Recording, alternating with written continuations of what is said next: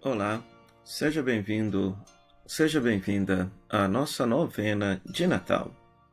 Em nome do Pai, do Filho e do Espírito Santo. Amém. Deus, em sua graça, nos reúne para celebrarmos essa novena de Natal.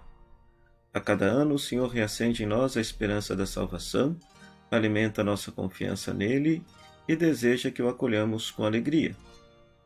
Hoje sabereis que o Senhor vem e nos salva. Amanhã vereis a sua glória. Aproveitemos essa oportunidade de esperarmos pelo Senhor, em família, em comunidade, com o mundo inteiro, nossa casa comum. Vinde, Espírito Santo, enchei os corações dos vossos fiéis e acendei neles o fogo do vosso amor.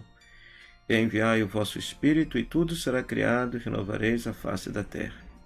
Oremos, Deus que instruístes os corações dos vossos fiéis com a luz do Espírito Santo, fazei que apreciemos retamente todas as coisas, segundo o mesmo Espírito, e gozemos sempre da sua divina consolação, por Cristo, Senhor nosso. Amém. Neste 7º dia da nossa novena de Natal, nós queremos ouvir a palavra de Deus. E a palavra de Deus hoje nos convida à conversão pelas palavras de João Batista. O homem austero que não se deixa levar por compromissos fora do anúncio do reino de Deus e o experimenta próximo a Jesus. Da forma dos antigos profetas, a palavra de João chega até nós com profundo apelo à conversão, porque é a hora da decisão. Então o texto que nós vamos ler, rezar nesse dia, é Mateus capítulo 3, versículo 1 a 12. Mateus capítulo 3, versículo de 1 a 12. Nós não leremos o texto, você vai pausar esta reflexão, vai abrir a sua Bíblia, vai fazer uma primeira leitura deste texto bíblico. O mais importante é você se deter no texto bíblico. Tá certo? Pois muito bem. O que eu quero destacar desse texto é justamente que se trata daquela pregação de João Batista, que ele chama todo o povo à conversão. Por quê?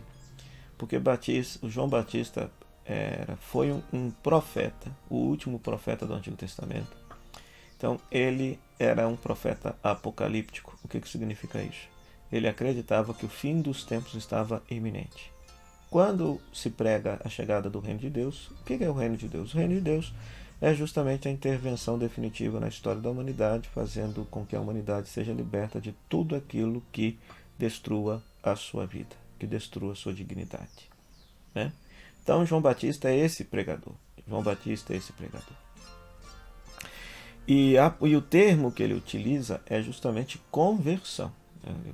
Se diz que ele batiza para o perdão dos pecados, para o arrependimento dos pecados.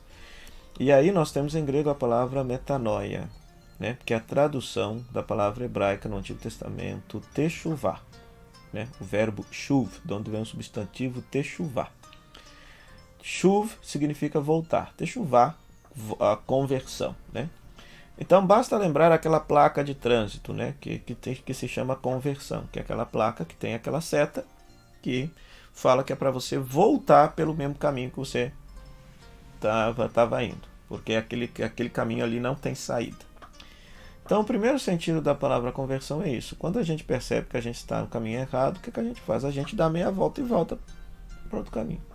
Então, se a gente tem consciência que a gente está tomando um caminho que está nos distanciando de Deus, o que a gente tem que fazer? Dar meia volta e voltar novamente na direção de Deus. Todos os profetas do Antigo Testamento, quando se fala de conversão, eles estão anunciando, estão convidando o povo a voltar novamente a Deus.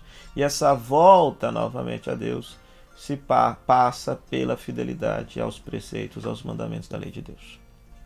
Só que a pessoa não vai viver isso se não acontecer a conversão no segundo sentido, que é a palavra grega metanoia, né?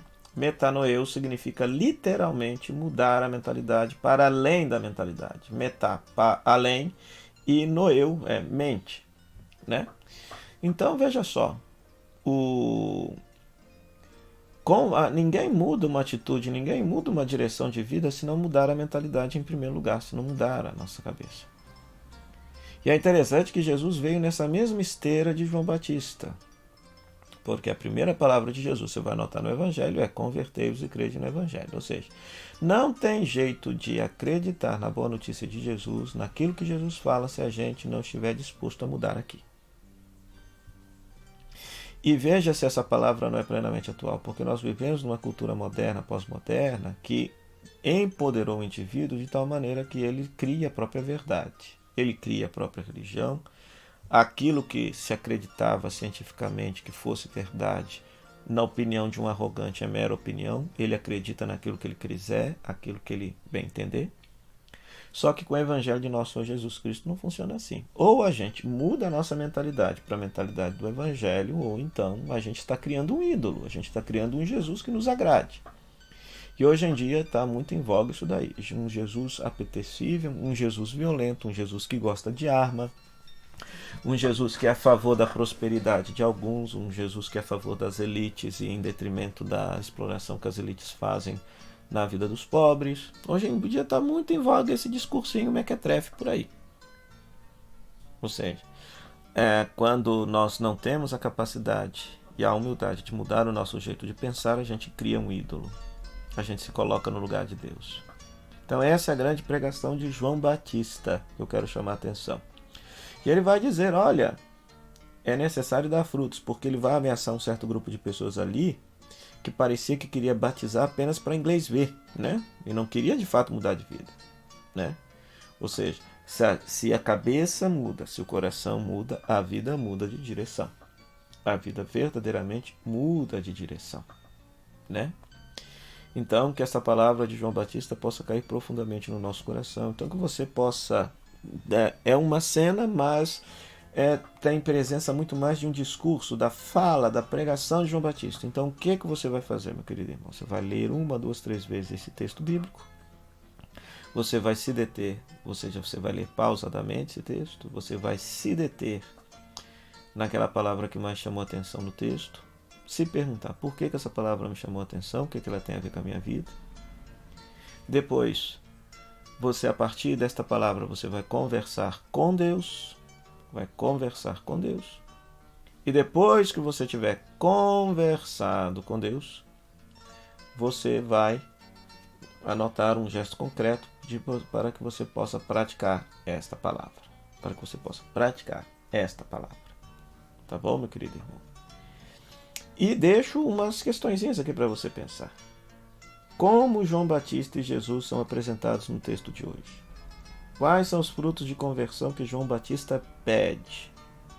E o que a pregação de João Batista tem a ver com o Natal de Jesus?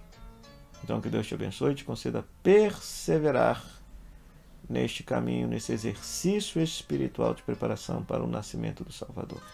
Em nome do Pai, do Filho e do Espírito Santo. Amém.